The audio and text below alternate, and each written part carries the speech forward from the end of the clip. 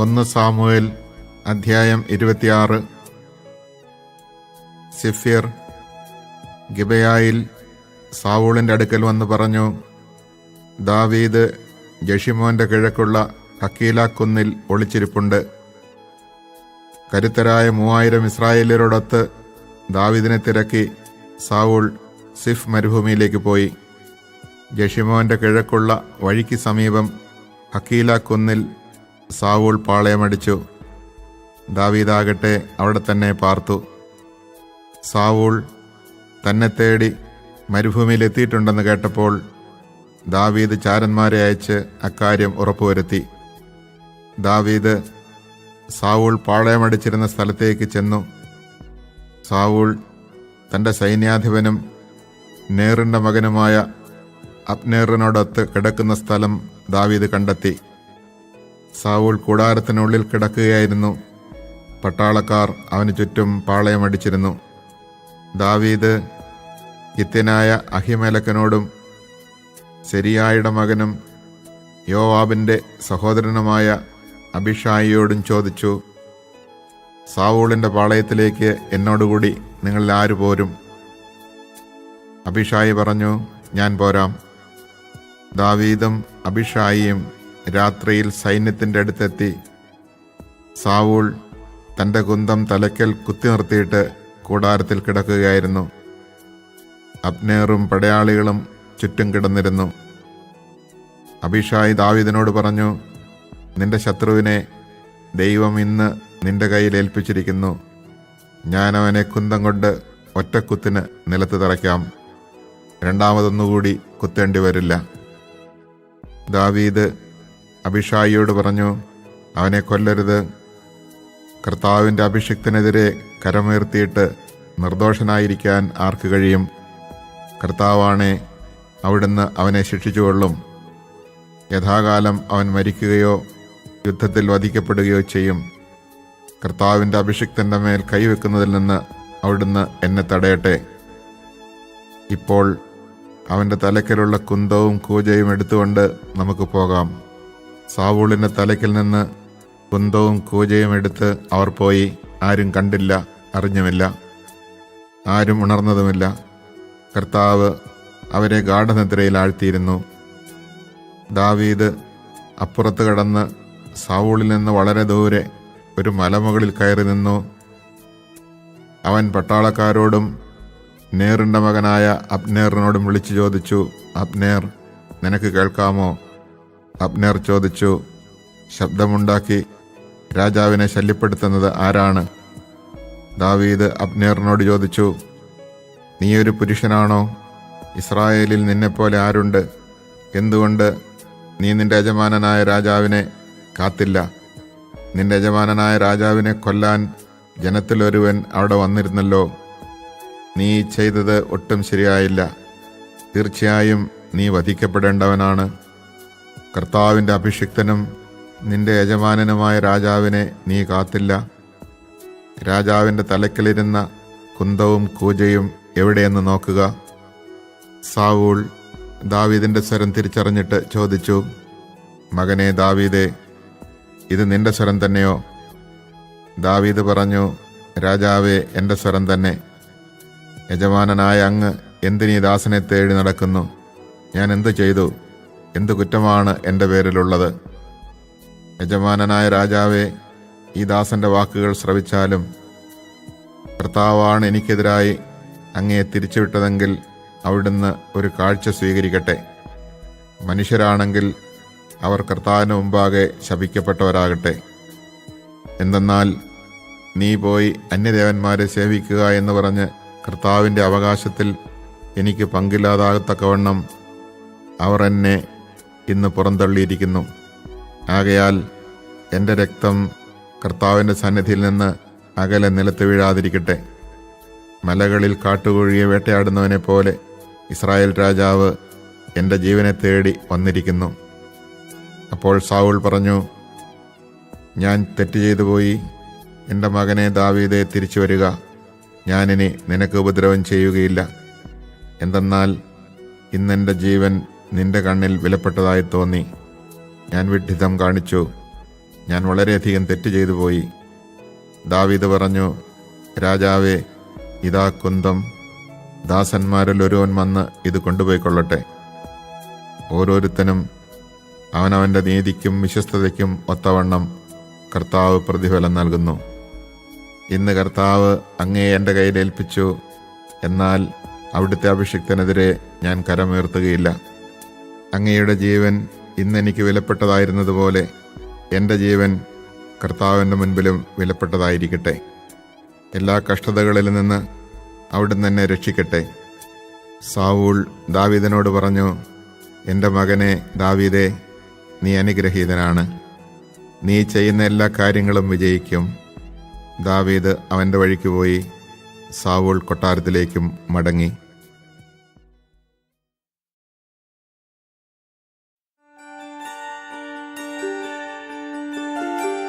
1 Samuel അധ്യായം 27. ദാവീദ് ചിന്തിച്ചു, ഞാൻ ഒരു ദിവസം സാവൂളിൻ്റെ കൈകൊണ്ട് മരിക്കേണ്ടി വരും. ഫിലിസ്ത്യരുടെ നാട്ടിലേക്ക് രക്ഷപ്പെടുന്നതല്ലേ എനിക്ക് നല്ലത്. അപ്പോൾ സാവൂൾ ഇസ്രായേൽ അതിർത്തികളിൽ എന്നെ അന്വേഷിക്കുന്നത് മതിയാക്കും. ഞാൻ അവൻ്റെ കയ്യിൽ നിന്ന് രക്ഷപ്പെടുകയും ചെയ്യും. ദാവീദ് 600 അനുചരന്മാരോടൊത്ത് ഗത്തിലെ രാജാവും മാവോക്കിൻ്റെ മകനുമായ അക്കീഷിൻ്റെ അടുത്തേക്ക് പോയി. അവർ കുടുംബസമേതം ഗത്തിൽ അക്കീഷിനോടൊപ്പം വസിച്ചു. ദാവീദിനോടുകൂടെ അവൻ്റെ ഭാര്യമാരായ ജസ്രയേൽക്കാരി അഹിനോവാമും നാബാലിൻ്റെ വിധവ കാർമലിലെ അബിഗായിലും ഉണ്ടായിരുന്നു. ദാവീദ് ഗത്തിലേക്ക് ഓടിപ്പോയെന്ന് സാവൂളിന് അറിവ് കിട്ടി. പിന്നെ സാവൂൾ അവനെ അന്വേഷിച്ചില്ല. ദാവീദ് അക്കീഷിനോട് പറഞ്ഞു, അങ്ങേക്ക് എന്നോട് പ്രീതിയുണ്ടെങ്കിൽ നാട്ടിൻപുറത്ത് എവിടെയെങ്കിലും ഒരു സ്ഥലം തരിക, ഞാൻ അവിടെ താമസിച്ചുകൊള്ളാം. ഈ ദാസൻ എന്തിന് ഈ രാജകീയ നഗരത്തിൽ അങ്ങയോടൊത്ത് താമസിക്കുന്നു? അക്കീഷ് അന്ന് തന്നെ സിക്ലാഗ് പ്രദേശം അവന് കൊടുത്തു. അതിനാൽ സിക്ലാഗ് ഇന്നും യൂദാ രാജാക്കന്മാർക്കുള്ളതാണ്. ദാവീദ് 1 വർഷവും 4 മാസവും ഫിലിസ്ത്യദേശത്ത് വസിച്ചു. തേലാം മുതൽ ഈജിപ്തിലേക്കുള്ള വഴിയിൽ ഷൂർ വരെയുള്ള പ്രദേശത്ത് വസിച്ചിരുന്ന ഗഷൂര്യരെയും ഗിർസ്യരെയും അമലേഖ്യരെയും അവൻ അനുയായികളോടൊത്ത് ആക്രമിച്ചു. ദാവീദ് ആ ദേശം ആക്രമിച്ച് നശിപ്പിച്ചു. സ്ത്രീ പുരുഷ ഭേദമന്യേ എല്ലാവരെയും വധിച്ചു. ആടുമാടുകൾ, കഴുതകൾ, ഒട്ടകങ്ങൾ, വസ്ത്രങ്ങൾ എന്നിവ അപഹരിച്ച് അക്കീഷിൻ്റെ അടുക്കൽ മടങ്ങി വന്നു. നീ ഇന്ന് ആരെയാണ് ആക്രമിച്ചത് എന്ന് അക്കീഷ് ചോദിക്കുമ്പോൾ, യൂദായ്ക്ക് തെക്ക്, അല്ലെങ്കിൽ ജറാമില്യർക്ക് തെക്ക്, അതുമല്ലെങ്കിൽ കേന്യർക്ക് തെക്ക് എന്നൊക്കെ ദാവീദ് മറുപടി പറയുമായിരുന്നു.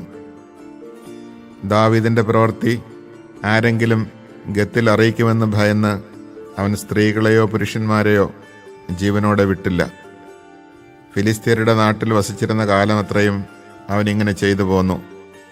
അക്കീഷാകട്ടെ ദാവീദിനെ വിശ്വസിച്ചു. സ്വജനമായ ഇസ്രായേല്യരുടെ കഠിനമായ വെറുപ്പിന് സ്വയം പാത്രമായതിനാൽ അവനെന്നും തൻ്റെ ദാസനായിരിക്കുമെന്ന് അക്കീഷ് കരുതി.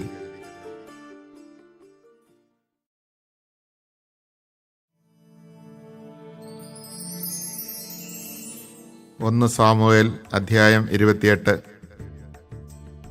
അക്കാലത്ത് ഫിലിസ്ത്യർ ഇസ്രായേലിനോട് യുദ്ധം ചെയ്യാൻ സേനകളെ ഒരുക്കി. അക്കീഷ് ദാവീദിനോട് പറഞ്ഞു, നീയും അനുയായികളും എന്നോടൊത്ത് യുദ്ധത്തിന് പോരണം. ദാവീദ് അക്കീഷിനോട് പറഞ്ഞു, ശരി, അങ്ങയുടെ ദാസന് എന്ത് കഴിയുമെന്ന് അങ്ങേക്ക് കാണാം. അക്കീഷ് ദാവീദിനോട് പറഞ്ഞു, കൊള്ളാം, നീ എന്നും എൻ്റെ അംഗരക്ഷകനായിരിക്കും. സാമുവേൽ മരിച്ചിട്ട് അവൻ്റെ നഗരമായ റാമായിൽ സംസ്കരിക്കപ്പെടുകയും ഇസ്രായേല്യരെല്ലാം അവനെ ഓർത്ത് വിലപിക്കുകയും ചെയ്തു കഴിഞ്ഞിരുന്നു. സാവൂൾ എല്ലാ മന്ത്രവാദികളെയും ആഭിചാരകരെയും നാട്ടിൽ നിന്ന് പുറത്താക്കുകയും ചെയ്തിരുന്നു. ഫിലിസ്ത്യർ ഒരുമിച്ചുകൂടി ഷുനേബിൽ വന്ന് പാളയമടിച്ചു.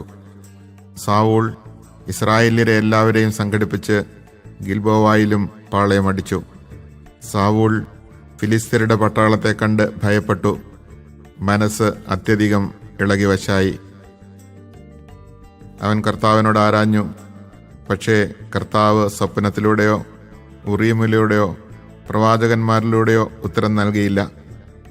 അപ്പോൾ സാവൂൾ ഭൃത്യന്മാരോട് പറഞ്ഞു, ഒരു മന്ത്രവാദിനിയെ അന്വേഷിക്കുക, ഞാൻ അവളുടെ ഉപദേശം തേടട്ടെ. എൻദോറിൽ ഒരു മന്ത്രവാദിനിയുണ്ടെന്ന് ഭൃത്യന്മാർ പറഞ്ഞു. സാവൂൾ വേഷപ്രച്ഛന്നനായി 2 പേരെ കൂട്ടി രാത്രിയിൽ അവളുടെ അടുത്തെത്തി പറഞ്ഞു, നിന്റെ മന്ത്രശക്തി കൊണ്ട് ഞാൻ ആവശ്യപ്പെടുന്നവനെ എൻ്റെ അടുക്കൽ കൊണ്ടുവരിക. അവൾ പറഞ്ഞു, സാവൂൾ മന്ത്രവാദികളെയും ആഭിചാരകരെയും നാട്ടിൽ നിന്ന് പുറത്താക്കിയെന്ന് നിനക്കറിയാമല്ലോ. പിന്നെ എന്തിന് എന്നെ കൊല്ലിക്കാൻ കെണിവയ്ക്കുന്നു? ഇക്കാര്യത്തിൽ ഒരു ശിക്ഷയും നിനക്കുണ്ടാവുകയില്ലെന്ന് സാവൂൾ കർത്താവിൻ്റെ നാമത്തിൽ ആണയിട്ട് അവളോട് പറഞ്ഞു. അവൾ ചോദിച്ചു, ഞാൻ ആരെയാണ് വരുത്തി തരേണ്ടത്? സാമൂലിനെ വരുത്താൻ അവൻ ആവശ്യപ്പെട്ടു. സാമൂലിനെ കണ്ടപ്പോൾ അവൾ ഉച്ചത്തിൽ നിലവിളിച്ചുകൊണ്ട് സാവൂളിനോട് ചോദിച്ചു, എന്തിനാണ് എന്നെ കബളിപ്പിച്ചത്? അങ്ങ് സാവൂളല്ലേ? രാജാവ് അവളോട് പറഞ്ഞു, ഭയപ്പെടേണ്ട, നീ എന്താണ് കാണുന്നത്? അവൾ പറഞ്ഞു, ഒരു ദേവൻ ഭൂമിയിൽ നിന്ന് കയറി വരുന്നതായി ഞാൻ കാണുന്നു. അവൻ വീണ്ടും ചോദിച്ചു, അവൻ്റെ രൂപം എങ്ങനെ? അവൾ പറഞ്ഞു, ഒരു വൃദ്ധനാണ് കയറി വരുന്നത്, അങ്കി ധരിച്ചിരിക്കുന്നു. അത് സാമൂലാണെന്ന് സാവൂളിന് മനസ്സിലായി. അവൻ സാഷ്ടാംഗം വീണ് വണങ്ങി. സാമുവേൽ അവനോട് ചോദിച്ചു, നീ എന്നെ വിളിച്ചു വരുത്തി ശല്യപ്പെടുത്തിയത് എന്തിന്? അവൻ പറഞ്ഞു, ഞാൻ വലിയ പ്രതിസന്ധിയിലാണ്. ഫിലിസ്ത്യർ എനിക്കെതിരായി യുദ്ധം ചെയ്യുന്നു. ദൈവമാകട്ടെ എന്നിൽ നിന്ന് അകന്നുമിരിക്കുന്നു. അവിടുന്ന് പ്രവാചകന്മാരിലൂടെയോ സ്വപ്നത്തിലൂടെയോ എനിക്കുത്തരം നൽകുന്നില്ല. അതുകൊണ്ട് ഞാൻ എന്തു ചെയ്യണമെന്ന് പറഞ്ഞു തരേണ്ടതിനാണ് അങ്ങയെ വിളിപ്പിച്ചത്. സാമുവേൽ പറഞ്ഞു, കർത്താവ് നിന്നിൽ നിന്നകന്ന് നിനക്കെതിരായിരിക്കെ എന്തിനാണ് എന്നോട് ചോദിക്കുന്നത്? എന്നിലൂടെ അരുളി ചെയ്തതുപോലെ കർത്താവ് പ്രവർത്തിച്ചിരിക്കുന്നു. അവിടുന്ന് രാജ്യം നിന്നിൽ നിന്നെടുത്ത് നിന്റെ അയൽക്കാരനായ ദാവീദിന് കൊടുത്തിരിക്കുന്നു. കർത്താവിൻ്റെ സ്വരം നീ ശ്രവിച്ചില്ല. അമലേക്കിൻ്റെ മേൽ അവിടുത്തേക്കുള്ള ഉഗ്രകോപം നീ നടപ്പാക്കിയില്ല. അതിനാലാണ് കർത്താവ് ഇപ്പോൾ നിന്നോട് ഇങ്ങനെ പ്രവർത്തിക്കുന്നത്. കൂടാതെ നിന്നോടൊപ്പം ഇസ്രായേലിനെയും കർത്താവ് ഫിലിസ്ത്യരുടെ കരങ്ങളിൽ ഏൽപ്പിക്കും. നീയും നിന്റെ പുത്രന്മാരും നാളെ എന്നോട് ചേരും. ഇസ്രായേൽ സൈന്യത്തെയും കർത്താവ് ഫിലിസ്ത്യരുടെ കരങ്ങളിൽ ഏൽപ്പിക്കും. സാവൂൾ പെട്ടെന്ന് നെടുനീളത്തിൽ നിലത്ത് വീണു. സാമൂലിന്റെ വാക്കുകൾ നിമിത്തം അത്യധികം ഭയപ്പെട്ടു.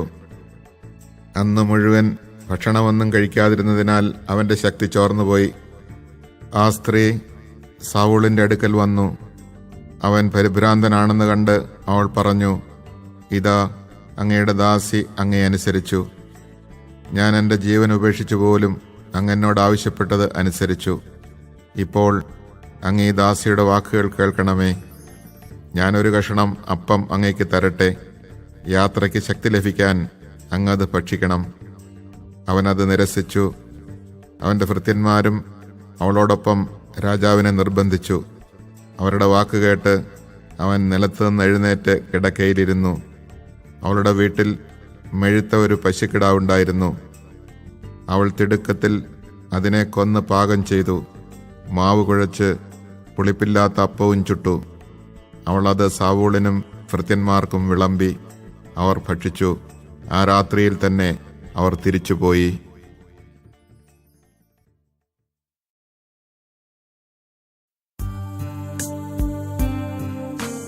1 സാമുവേൽ അധ്യായം 29.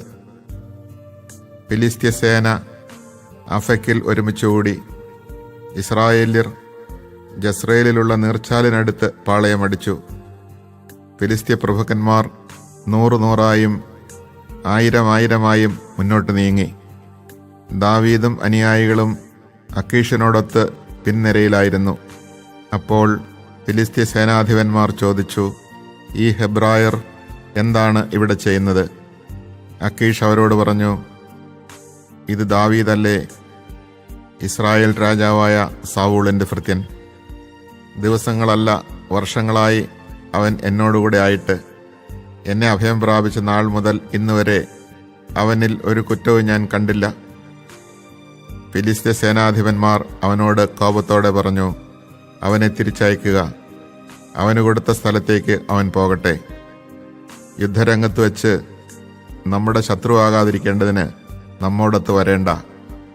നമ്മുടെ ആളുകളുടെ തല കൊണ്ടല്ലാതെ മറ്റെന്തുകൊണ്ടാണ് അവൻ തൻ്റെ യജമാനനെ പ്രസാദിപ്പിക്കുക? ഇവനെപ്പറ്റിയല്ലേ അവർ ആടിപ്പാടുന്നത്, സാവൂൾ 1000 കൊന്നു, ദാവീദ് 10,000. അക്കീഷ് ദാവീദിനെ വിളിച്ചു പറഞ്ഞു, തീർച്ചയായും നീ സത്യസന്ധനാണ്. പാളയത്തിൽ എന്നോടുകൂടെയുള്ള നിന്റെ പെരുമാറ്റം എനിക്ക് തൃപ്തികരമായിരുന്നു. നീ എൻ്റെ അടുക്കൽ വന്ന നാൾ മുതൽ ഇന്നുവരെയും ഞാൻ നിന്നിൽ ഒരു കുറ്റവും കണ്ടില്ല. എന്നാൽ പ്രഭുക്കന്മാർക്ക് നീ സ്വീകാര്യനല്ല. ആകയാൽ നീ ഇപ്പോൾ മടങ്ങിപ്പോവുക. ഫിലിസ്ത്യ പ്രഭുക്കന്മാർക്ക് അനിഷ്ടമുണ്ടാകാതിരിക്കാൻ സമാധാനത്തോടെ തിരികെ പോയിക്കൊള്ളുക. ദാവീദ് ചോദിച്ചു, ഞാൻ എന്താണ് ചെയ്തത്? എൻ്റെ യജമാനനായ രാജാവിൻ്റെ ശത്രുക്കൾക്കെതിരായി യുദ്ധത്തിന് പോകാതിരിക്കാൻ മാത്രം അങ്ങയുടെ സന്നദ്ധിയിൽ വന്ന നാൾ മുതൽ ഇന്നുവരെ എന്ത് തെറ്റാണ് അങ്ങ് എന്നിൽ കണ്ടത്? അക്കീഷ് പറഞ്ഞു, നീ എൻ്റെ മുമ്പിൽ ദൈവദൂതനെ പോലെ നിഷ്കളങ്കനാണ്.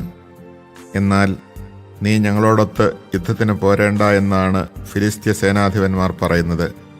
ആകയാൽ നീ അനുചരന്മാരോടൊത്ത് അതിരാവിലെ വെട്ടം വീഴുമ്പോൾ തന്നെ പൊയ്ക്കൊള്ളുക. അതനുസരിച്ച് ദാവീദ് അനുചരന്മാരോടൊത്ത് ഫിലിസ്ത്യ ദേശത്തേക്ക് മടങ്ങി. ഫിലിസ്ത്യരാകട്ടെ ജസ്രയേലിലേക്കും പോയി.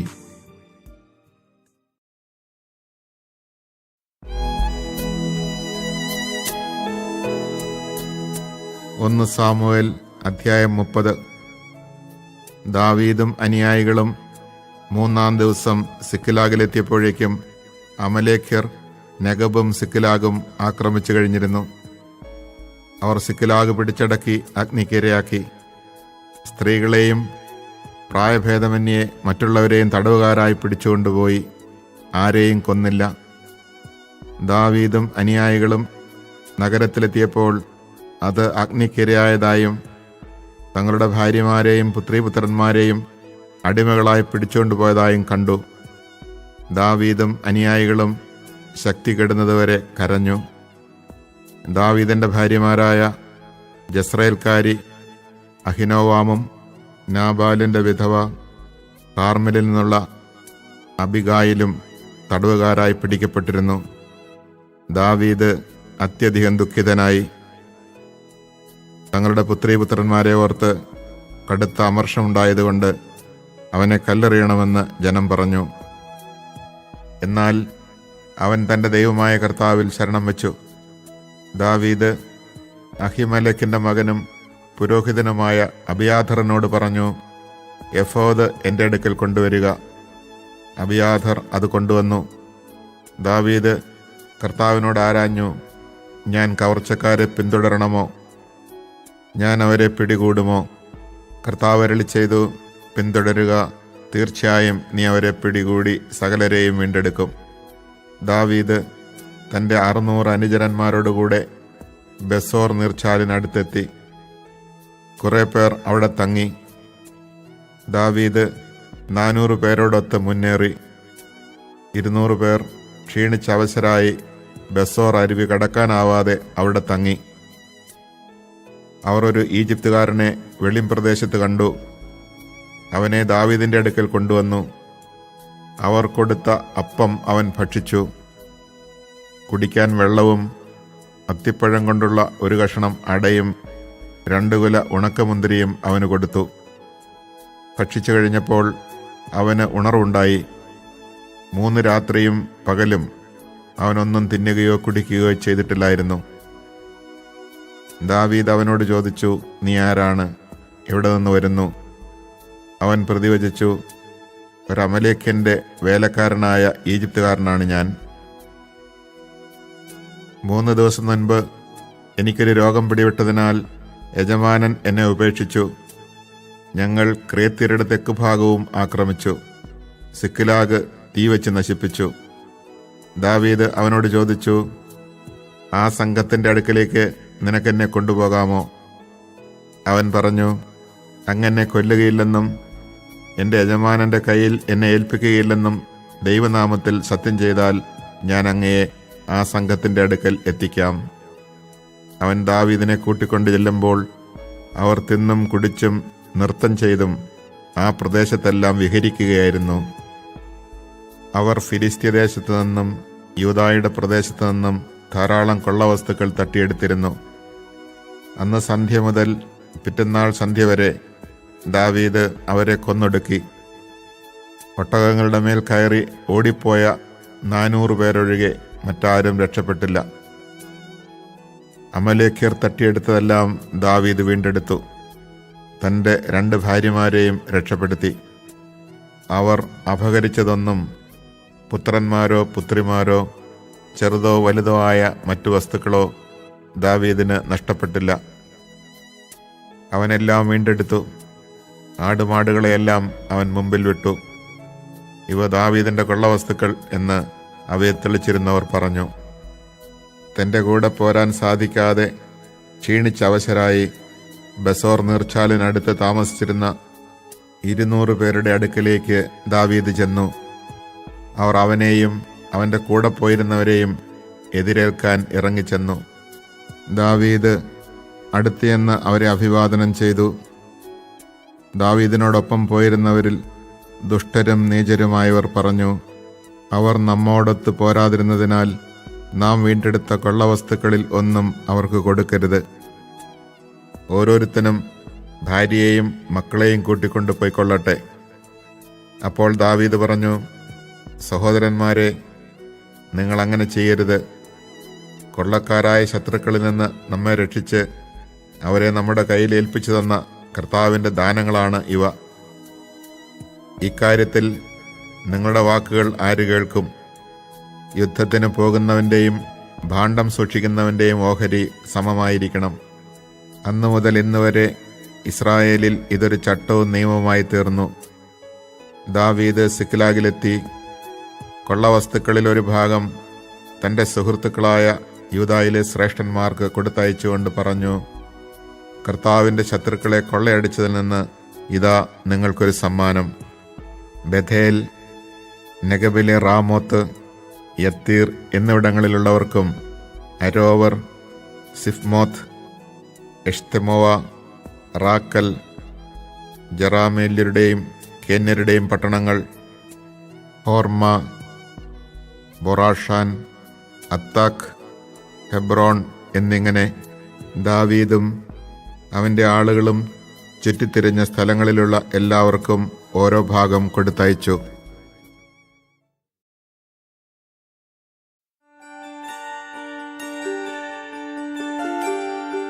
1 സാമുവേൽ അധ്യായം 31. ഫിലിസ്ത്യർ ഇസ്രായേലിനോട് യുദ്ധം ചെയ്തു.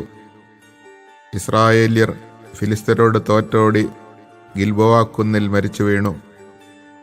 ഫിലിസ്ത്യർ സൗളിനെയും പുത്രന്മാരെയും അനുധാവനം ചെയ്ത് അവൻ്റെ പുത്രന്മാരായ ജോനാഥാനെയും അബിനാദാബിനെയും മൽക്കീഷുവായെയും വധിച്ചു.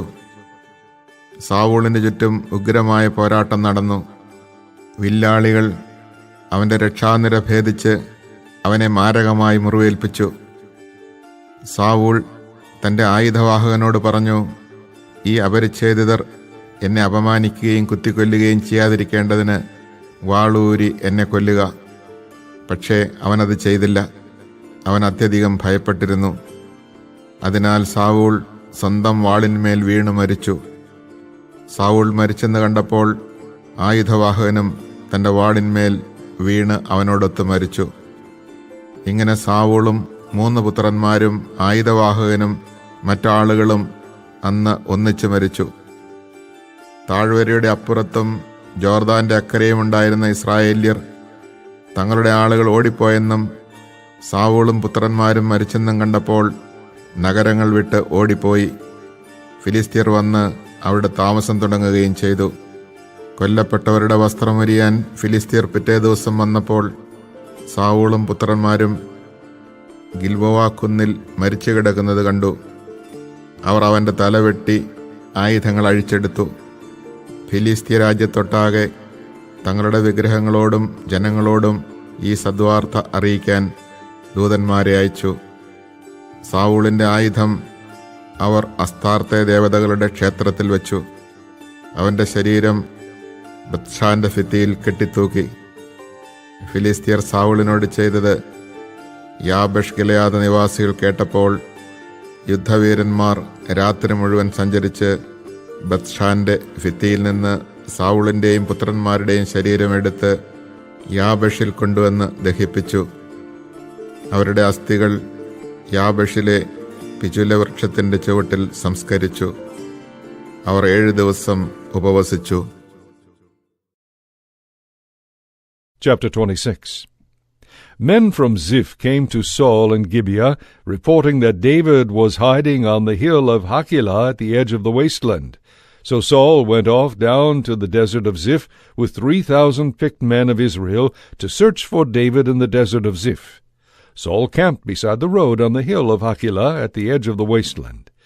David, who was living in the desert, saw that Saul had come into the desert after him and sent out scouts who confirmed Saul's arrival. David himself then went to the place where Saul was encamped and examined the spot where Saul and Abner, son of Ner, the general, had their sleeping quarters. Saul's were within the barricade, and all his soldiers were camped around him. David asked Ahimelech the Hittite and Abishai, son of Zeruiah and brother of Joab, "Who will go down into the camp with me to Saul?" Abishai replied, "I will." So David and Abishai went among Saul's soldiers by night and found Saul lying asleep within the barricade with his spear thrust into the ground at his head, and Abner and his men sleeping around him. Abishai whispered to David, "God has delivered your enemy into your grasp this day. Let me nail him to the ground with one thrust of the spear. I will not need a second thrust." But David said to Abishai, "Do not harm him, for who can lay hands on the Lord's anointed and remain unpunished? As the Lord lives," David continued, "it must be the Lord himself who will strike him, whether the time comes for him to die, or he goes out and perishes in battle. But the Lord forbid that I touch his anointed. Now take the spear which is at his head and the water jug, and let us be on our way." So David took the spear and the water jug from their place at Saul's head, and they got away without anyone seeing or knowing or awakening. All remained asleep, because the Lord had put them into a deep slumber. Going across to an opposite slope, David stood on a remote hilltop at a great distance from Abner, son of Ner, and the troops. He then shouted, "Will you not answer, Abner?" And Abner answered, "Who is it that calls me?" David said to Abner, "Are you not a man whose like does not exist in Israel? Why then have you not guarded your lord the king when one of his subjects went to kill the king your lord? This is no creditable service you have performed. As the Lord lives, you people deserve death because you have not guarded your lord, the Lord's anointed. Go, look, where are the king's spear and the water jug that was at his head?" Saul recognized David's voice and asked, "Is that your voice, my son David?" David answered, "Yes, my lord the king." He continued, "Why does my lord pursue his servant? What have I done? What evil do I plan? Please, now, let my lord the king listen to the words of his servant. If the Lord has incited you against me, let an offering appease him. But if men, may they be cursed before the Lord, because they have exiled me, so that this day I have no share in the Lord's inheritance. But am told, Go serve other gods. Do not let my blood flow to the ground far from the presence of the Lord. For the king of Israel has come out to seek a single flea, as if he were hunting partridge in the mountains." Then Saul said, "I have done wrong. Come back, my son David. I will not harm you again, because you have held my life precious today. Indeed, I have been a fool, and have made a serious mistake." But David answered, "Here is the king's spear. Let an attendant come over to get it. The Lord will reward each man for his justice and faithfulness. Today, though the Lord delivered you into my grasp, I would not harm the Lord's anointed. As I valued your life highly today, so may the Lord value my life highly, and deliver me from all difficulties." Then Saul said to David, "Blessed are you, my son David. You shall certainly succeed in whatever you undertake." David went his way, and Saul returned to his home. Chapter 27. But David said to himself, "I shall perish some day at the hand of Saul. I have no choice but to escape to the land of the Philistines. Then Saul will give up his continuous search for me throughout the land of Israel, and I shall be out of his reach." Accordingly, David departed with his 600 men, and went over to Achish, son of Maoch, king of Gath. David and his men lived in Gath with Achish.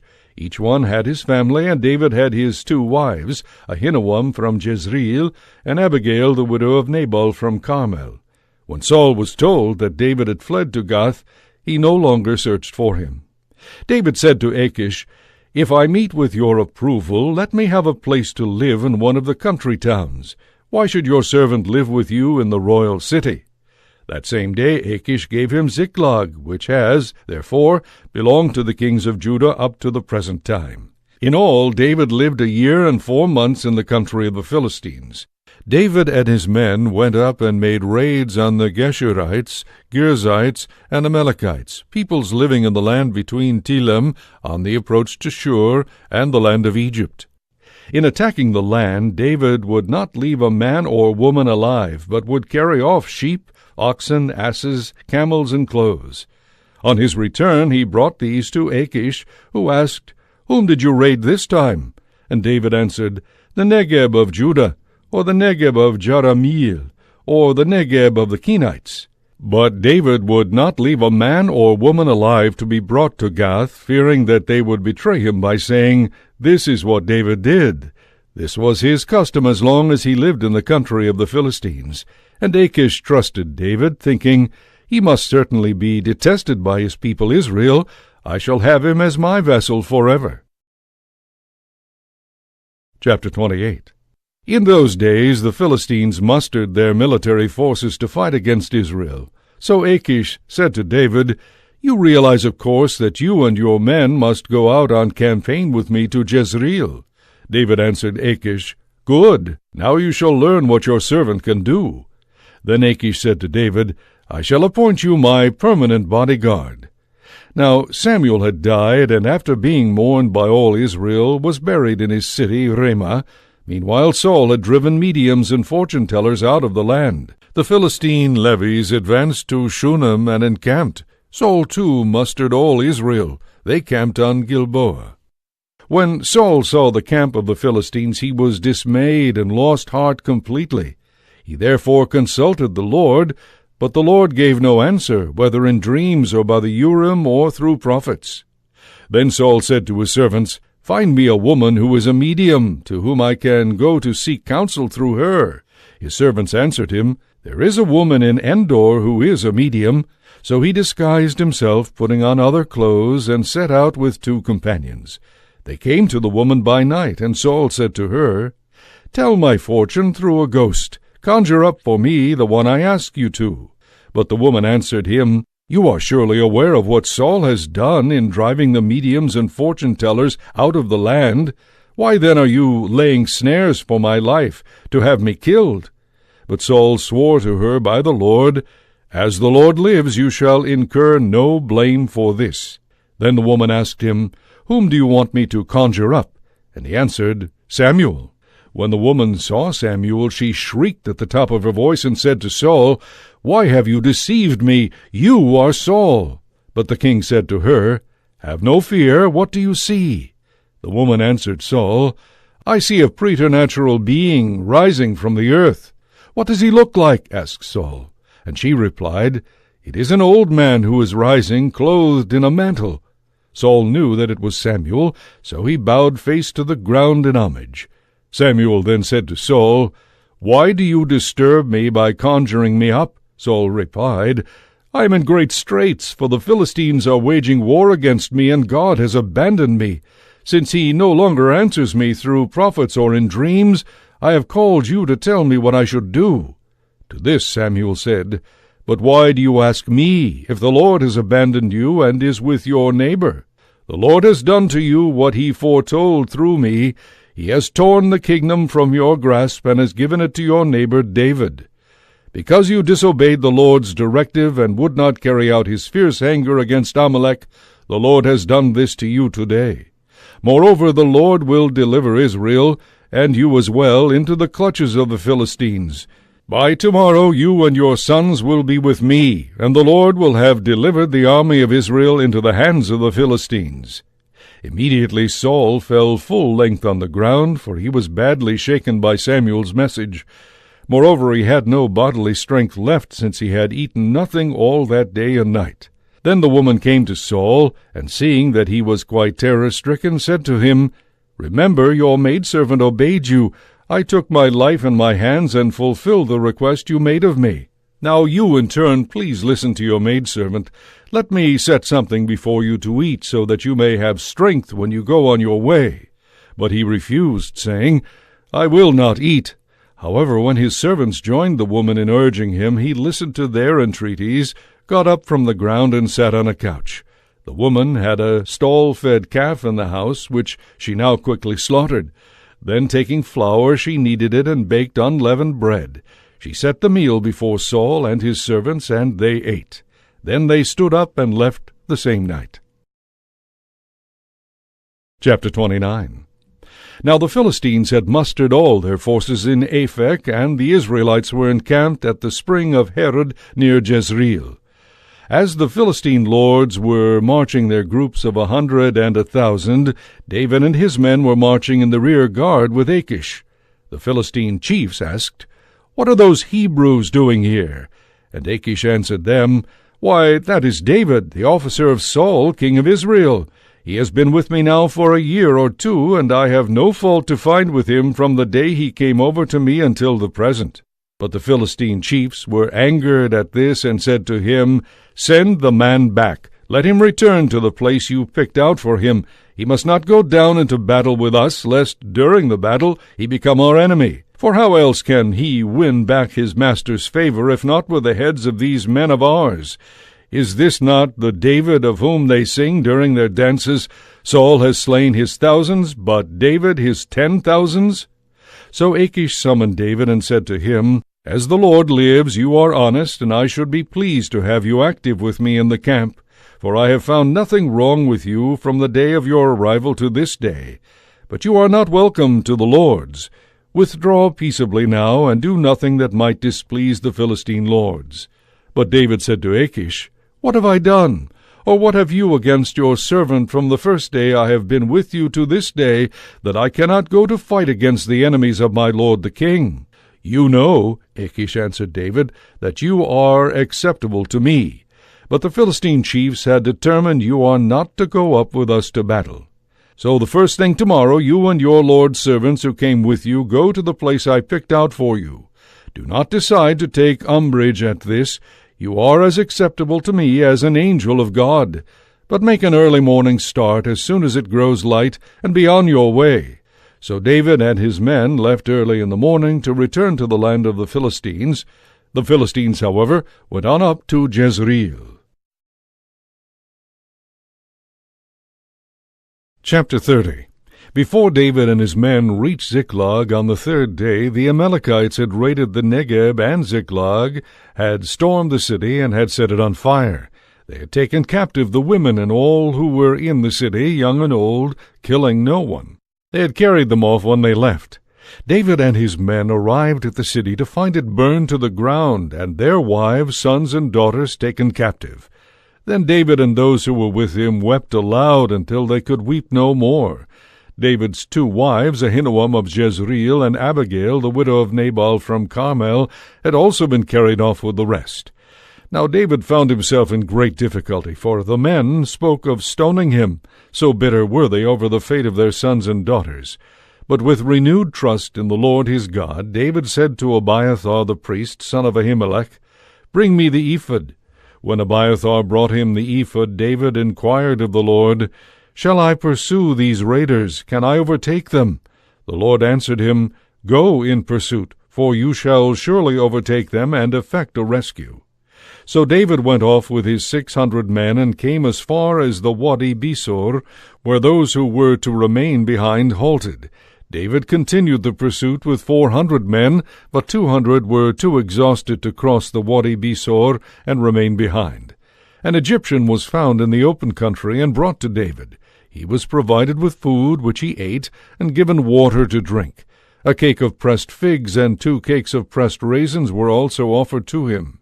When he had eaten, he revived. He had not taken food nor drunk water for 3 days and 3 nights. Then David asked him, "To whom do you belong, and where do you come from?" He replied, "I am an Egyptian, the slave of an Amalekite. My master abandoned me because I fell sick 3 days ago today. We raided the Negeb of the Cherethites, the territory of Judah, and the Negeb of Caleb, and we set Ziklag on fire." David then asked him, "Will you lead me down to this raiding party?" He answered, "Swear to me by God that you will not kill me or deliver me to my master, and I will lead you to the raiding party." He did lead them, and there were the Amalekites scattered all over the ground, eating, drinking, and in a festive mood because of all the rich booty they had taken from the land of the Philistines and from the land of Judah. From dawn to sundown David attacked them, putting them under the ban so that none escaped except 400 young men, who mounted their camels and fled. David recovered everything the Amalekites had taken and rescued his 2 wives. Nothing was missing, small or great, booty or sons or daughters. Of all that the Amalekites had taken, David brought back everything. Moreover, David took all the sheep and oxen, and as they drove them before him, they shouted, "This is David's spoil." When David came to the 200 men who had been too exhausted to follow him, and whom he had left behind at the Wadi Besor, they came out to meet David and the men with him. On nearing them, David greeted them. But all the stingy and worthless men among those who had accompanied David spoke up to say, "Since they did not accompany us, we will not give them anything from the booty, except to each man his wife and children. Let them take those along and be on their way." But David said, "You must not do this, my brothers, after what the Lord has given us. He has protected us and delivered into our grip the band that came against us. Who could agree with this proposal of yours? Rather, the share of the one who goes down to battle and that of the one who remains with the baggage shall be the same. They shall share alike." And from that day forward he made it a law and a custom in Israel, as it still is today. When David came to Ziklag, he sent part of the spoil to the elders of Judah, city by city, saying, "This is a gift to you from the spoil of the enemies of the Lord. To those in Bethel, to those in Ramoth Negeb, to those in Jatir, to those in Aroer, to those in Shifmoth, to those in Eshtemoa, to those in Rakal, to those in the Jerahmeelite cities, to those in the Kenite cities, to those in Hormah, to those in Borashan, to those in Athak, to those in Hebron, and to all the places frequented by David and his men." Chapter 31. As they pressed their attack on Israel, with the Israelites fleeing before them and falling mortally wounded on Mount Gilboa, the Philistines pursued Saul and his sons closely, and slew Jonathan, Abinadab, and Malchishua, sons of Saul. The battle raged around Saul, and the archers hit him. He was pierced through the abdomen. Then Saul said to his armor-bearer, "Draw your sword and run me through, lest these uncircumcised come and make sport of me." But his armor-bearer, badly frightened, refused to do it. So Saul took his own sword and fell upon it. When the armor-bearer saw that Saul was dead, he too fell upon his sword and died with him. Thus Saul, his 3 sons, and his armor-bearer died together on that same day. When the Israelites on the slope of the valley and those along the Jordan saw that the men of Israel had fled, and that Saul and his sons were dead, they too abandoned their cities and fled. Then the Philistines came and lived in those cities. The day after the battle the Philistines came to strip the slain, and found Saul and his 3 sons lying on Mount Gilboa. They cut off Saul's head and stripped him of his armor, and then sent the good news throughout the land of the Philistines to their idols and to the people. They put his armor in the temple of Astarte, but impaled his body on the wall of Bethshan. When the inhabitants of Jabesh-Gilead heard what the Philistines had done to Saul, all their warriors set out, and after marching throughout the night, removed the bodies of Saul and his sons from the wall of Bethshan, and brought them to Jabesh, where they cremated them. Then they took their bones and buried them under the tamarisk tree in Jabesh, and fasted for 7 days.